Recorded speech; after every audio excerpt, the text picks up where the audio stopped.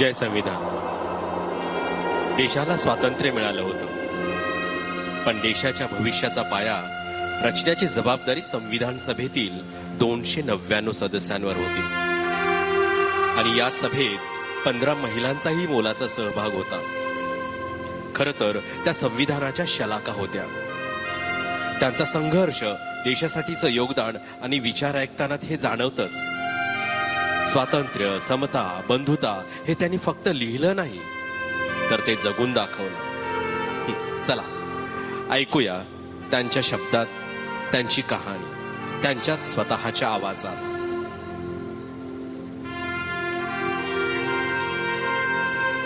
मी अम्मू स्वामीनाथन.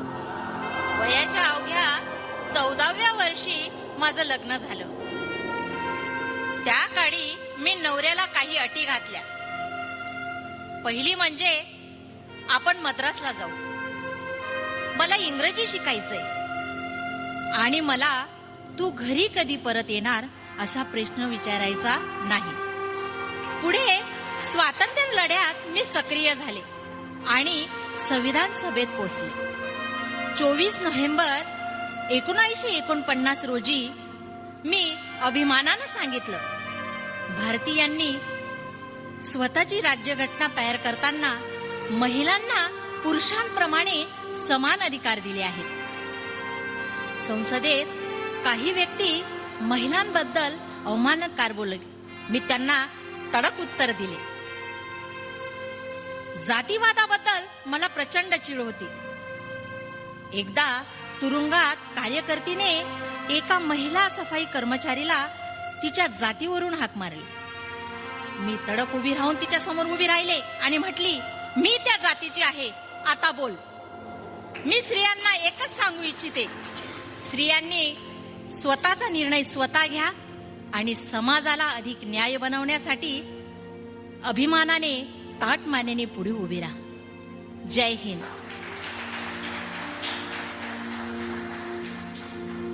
मी पौर्णिमा बॅनर्जी. माझा जन्म 1911 मध्ये झाला. माझ्या घरातूनच विचारांची परंपरा होती. मी स्वातंत्र्य चळवळीमध्ये भाग घेतला. 1946 मध्ये संविधान सभेमध्ये माझा सहभाग होता. त्या सभेमध्ये माझा प्रमुख विचार होता की महिलांवर होणारे अत्याचार, जी महिला पडद्यामागे ठेवल्या जात होती, या संस्कृतीने तिची अवहेलना केलेली होती आणि आपल्या संपत्तीमध्ये महिलांचाही सहभाग असावा, त्यांना प्रमुख प्राधान्य दिलं जावं, याच्यासाठी माझा अट्टहास होता. धर्मनिरपेक्षता हा माझा आवडता विषय. त्या धर्माचा सन्मान व्हावा याच्यासाठी धर्मामध्ये विरोध नाही, तर त्याचा प्रत्येक अभ्यासक्रमामध्ये जेव्हा शाळामध्ये सहभाग होतो तेव्हा तुलनात्मक अभ्यास व्हावा असा माझा एक विचार मी माझा समोर ठेवला. जय हिंद.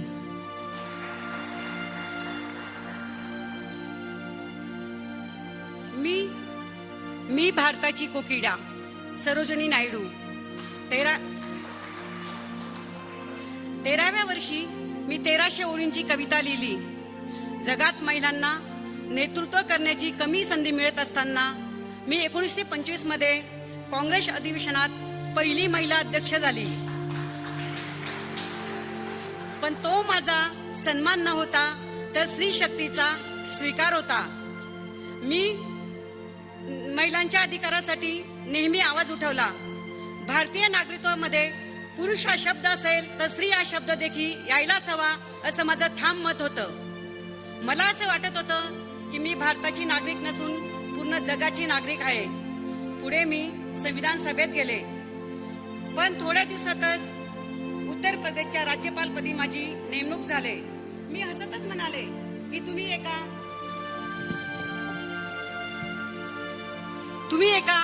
जंगली पक्षाला पिंजऱ्यात बंद करीत आहात. स्वातंत्र्य मी पाहिलं, पण संविधान पूर्ण होण्याआधीच मी निघून गेले.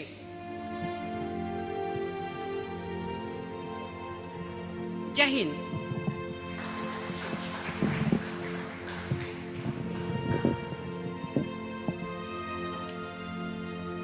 मी हंसा मेहता. लहानपणापासूनच मला एक गोष्ट खटकायची. आपण म्हणतो माणूस, पण माणूस म्हटलं की आपल्या डोक्यामध्ये पुरुष हाच शब्द येतो.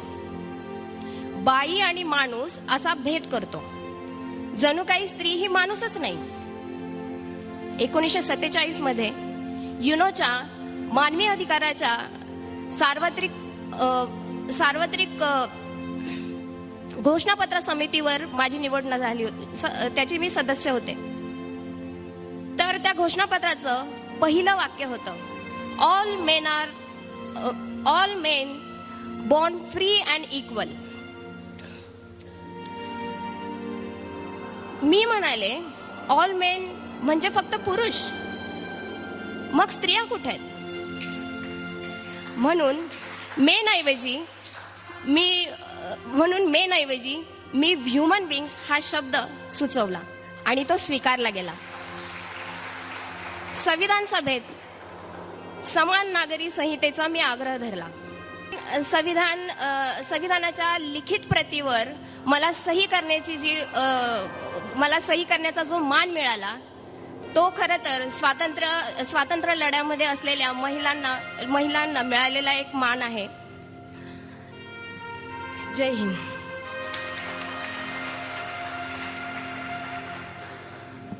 मी रेणुका रे. जर आज मी तरुण असते आणि गांधीजींचं मार्गदर्शन मिळालं नसतं तर कदाचित मी नक्षलवादी झाले असते. गांधींमुळे मी स्वातंत्र्य लढ्यात उतरले. संविधान सभेत हिंदू कोड बिलाच्या समर्थनासाठी आणि धार्मिक कायद्या सुधारण्यासाठी मी ठाम उभी राहिले. तेव्हा ह्या बिलाला इतका तीव्र विरोध होता की डॉक्टर आंबेडकरांनी कायदेमंत्री पदाचा राजीनामा दिला. पण मला विश्वास होता, स्त्रियांच्या हक्काचा लढा थांबणार नाही. जय हिंद.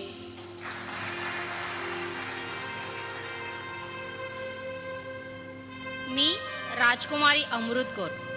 माझा जन्म राजवाड्यात झाला आणि मी संविधान सभेत मूलभूत हक्क आणि अल्पसंख्याक उपसमित्यांवर काम केलं. धर्म स्वातंत्र्य असावं, पण त्याच्या नावाखाली दासी, देवदासी, पडदा यांसारख्या प्रथा टिकू नयेत, यावर माझं ठाम मत होतं. शिक्षण हे निशुल्क आणि अनिवार्य असावं, त्याच्यासाठी मी माझं मत मांडलं आणि आपली प्रतिष्ठा ही कायम ठेवली पाहिजे याच्यावर मी जोर धरला. आणि देशाची पहिली महिला आरोग्य मंत्री म्हणून माझी निवड झाली. एक राजवाड्यात जन्मलेली मुलगी देशाचं आरोग्य कसं सांभाळत असेल या विचारात माझा पूर्ण दिवस गेला. पण मी जबाबदारी मागे हटवली नाही, ती पार पाडली आणि देशाच्या आरोग्याची जबाबदारी ही ठामपणे निभावली. आणि देशाला आणि जनतेला मोफत शिक्षण आणि वैद्यकीय सेवा ही निशुल्क मिळावी म्हणून मी एम्सची स्थापना केली. जय हिंद.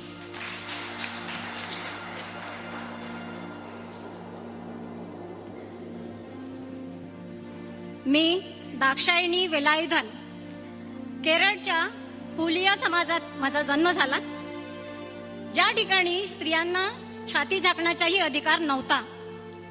1913 मध्ये सभेसाठी जेव्हा जमीन नाकारली तेव्हा आम्ही समुद्रात बोटी एकत्र करून ती सभा घेतली आणि तेव्हा उमगलं की जात ही जमिनीवर असते, समुद्रावर नाही.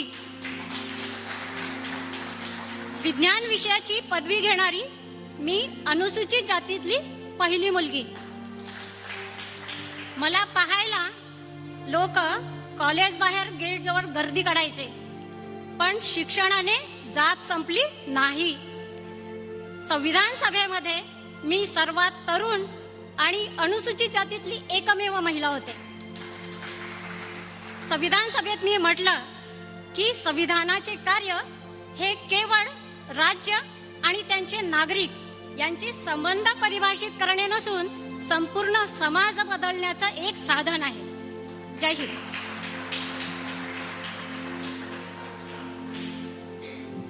मी बेगम एजाज रसूल.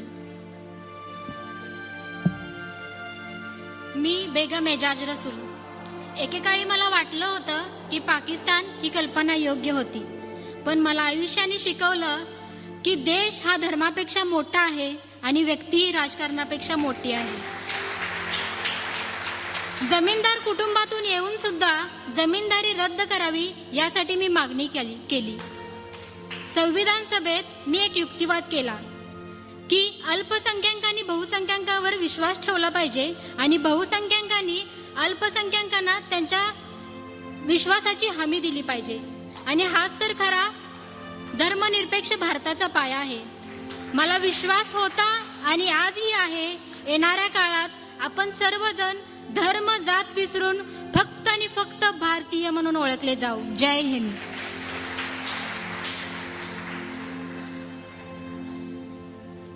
मी लीला रॉय. गुरुदेव रवींद्रनाथ टागोरांचा माझ्यावर मोठा प्रभाव होता. मी हजारो महिलांचा मेळावा आयोजित केला. ती महिलांची संख्या पाहून टागोर मला म्हणाले, इतकं मोठं महिलांचं संमेलन मी पाहिलं नव्हतं. तर त्यांनी शांतिनिकेतनच्या महिला विभागाची जबाबदारी माझ्यावर सोपवण्याची तयारी दाखवली, पण मी नम्रपणे नकार दिला, कारण मला एका जागी मर्यादित राहायचं नव्हतं. पुढे संविधान सभेवर माझी नेमणूक झाली, पण देशाची फाळणी निश्चित झाली. त्या वेदनेनं माझं मन अस्वस्थ झालं आणि माझं ढाका पाकिस्तानात जाणार होतं. या वेदनेनं मी संविधान सभेचा राजीनामा दिला.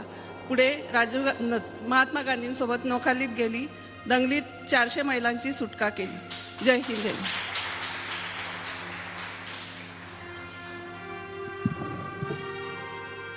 मी विजयालक्ष्मी पंडित. मला आयुष्यभर फक्त हे सिद्ध करावं लागलं की मी जवाहरलाल नेहरूंची फक्त बहीण नाही, तर माझी एक स्वतःची ओळख आहे. माझ्या भावाला लोक प्रश्न विचारायचे देशाच्या भवितव्याबद्दल, धोरणांबद्दल, आणि मला मात्र तुम्ही कोणती साडी नेसता, मुलांची काळजी कशी घेतात, असे प्रश्न विचारायचे. 1916ला काँग्रेसच्या अधिवेशनात मी ॲनी बेझंट आणि सरोजिनी नायडू यांची भाषणं ऐकली आणि स्वतंत्र लढ्यात सक्रिय झाले. त्यानंतर माझ्या पतीच्या निधनानंतर मला मुलगा नसल्यामुळे माझा संपत्तीवरचा अधिकार नाकारला गेला. महिलांना वारसा हक्क मिळावा म्हणून मी आपली जी संविधान सभा होती त्यामध्ये माझं ठाम मत होतं की हिंदू कोड बिलाला पाठिंबा दिला पाहिजे, आणि मी तो दिला. जय हिंद.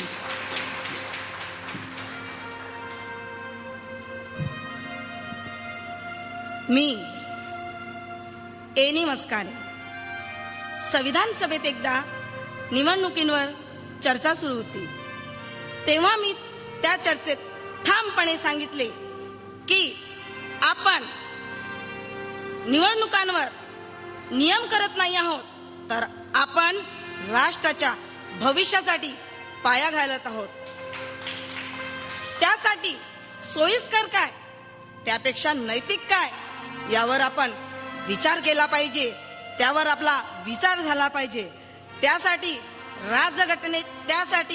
विविध देशाच्या राज्यघटनेचा अभ्यास करून संविधान सभेच्या चर्चेत सक्रिय सहभाग घेतला आणि मजबूत केंद्र शासनाच्या बाजूने ठाम भूमिका मांडली.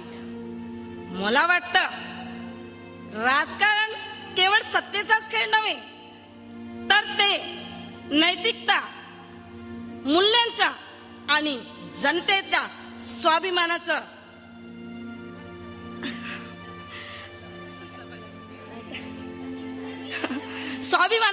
प्रतीक असलं पाहिजे. जय भीम, जय संविधान.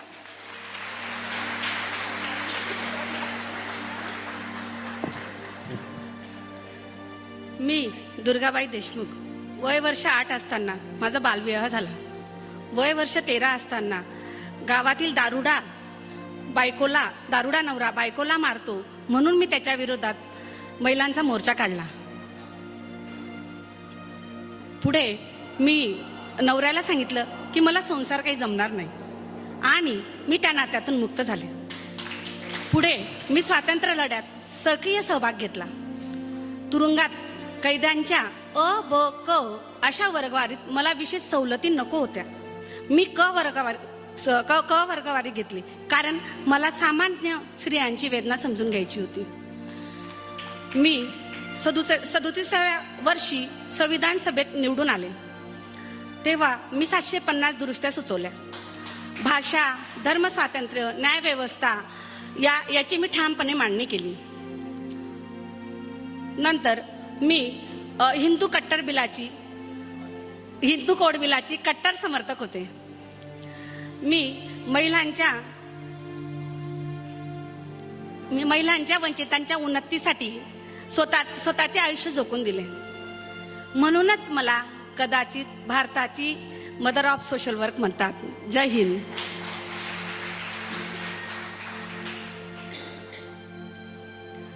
मी मालती चौधरी. स्वातंत्र्य आणि समाजवाद हे माझ्यासाठी एका नाण्याच्या 2 बाजू होत्या.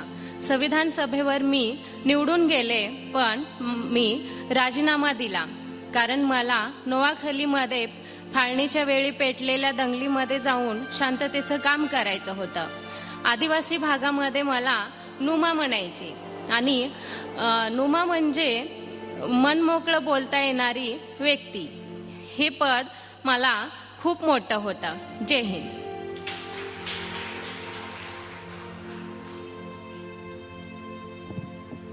मी सुचिता कृपलानी. लहानपणापासूनच अन्याय मला सहन होत नव्हता. जालियनवाला बाग हत्याकांडानंतर आमच्या शाळेत इंग्लंडचा राजपुत्र येणार होता. दुसऱ्या दिवशी त्याला मानवंदना देण्यासाठी शाळेत जमायचे होते. मी मात्र शाळेतच गेले नाही. स्वातंत्र्यानंतर मी संविधान सभेत काम केले. स्त्रियांच्या हक्कांसाठी आवाज उठवला. भारताची पहिली महिला मुख्यमंत्री होण्याचा मला मान मिळाला. तो मान माझा नव्हता, तर भारतीय स्त्री शक्तीचा सन्मान होता. जय हिंद, जय भारत. मी कमला चौधरी. माझे वडील ब्रिटिश धार्जिणे होते, परंतु महात्मा गांधीजींच्या विचारांनी प्रेरित होऊन मी स्वातंत्र्य लढ्यात सहभाग घेतला. आणि अजूनही मला तो काळ आठवतो. संविधान सभेतील चर्चांचा तो काळ अजूनही मला आठवतो, ज्यामध्ये म्हटलं गेलं की स्त्रियांनी घटस्फोट घेणं आणि त्यांना संपत्तीमध्ये वारसा हक्क देणं ही पाश्चात्य रीत आहे. परंतु मी म्हटलं नाही, ही पाश्चात्य रीत नसून ही आपल्या परंपरेचा भाग आहे. त्यावेळेस मी त्यांना आपल्या काही लोकगीतांचा दाखले दिले आणि त्याच्यामध्ये सांगितलं की मायके छोड चली रे सजनी, ससुराल में ना कोई अपनापन. बरोबर की नाही? तर मी त्यांना सांगितलं आणि अशा लोकगीतांच्या परंपरेचा दाखला देऊन मी त्यांना सांगितलं की महिलांना आर्थिक पाठबळाची गरज आहे. आपल्या लोकपरंपरेमध्ये महिला आणि पुरुष असा भेदभाव नाहीये. मग आम्हा स्त्रियांसोबत वारसा हक्क देताना भेदभाव का केला जावा? जर आम्हाला न्याय मिळत नसेल तर आम्हाला मिळालेलं स्वातंत्र्य हे अपूर्ण आहे. धन्यवाद. जय हिंद.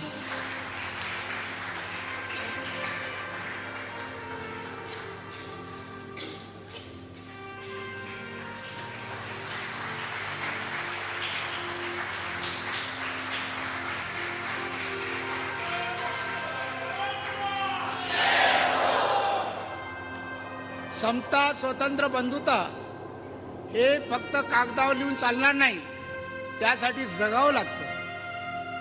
समता, स्वतंत्र, बंधुता हा एक शब्द नाही, तर स्त्रियांच्या सन्मानाची आणि मूलभूत अधिकाराची गरज आहे.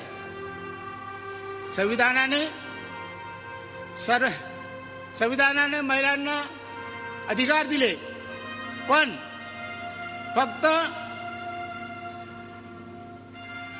त्यात प्रत्यक्ष अनुभव तेव्हाच येतो जेव्हा समाज म्हणून आपण त्यांना अधिकार मान्य करू. समाजाने त्यांना अधिकार मान्य करू, त्यांना पाळू आणि संरक्षण करू. समाजाची जाणीव ही जी आपल्या सर्व अधिकाराची हमी आहे. अन्यायाविरुद्ध आवाज उठवणे, स्त्रियांचा निर्णय स्वातंत्र्याचा सन्मान करणे आणि समानतेसाठी संघटित होणे हाच संविधानाचा खरा अर्थ आहे. हाच संविधानाचा खरा अर्थ आहे. जय हिंद, जय संविधान.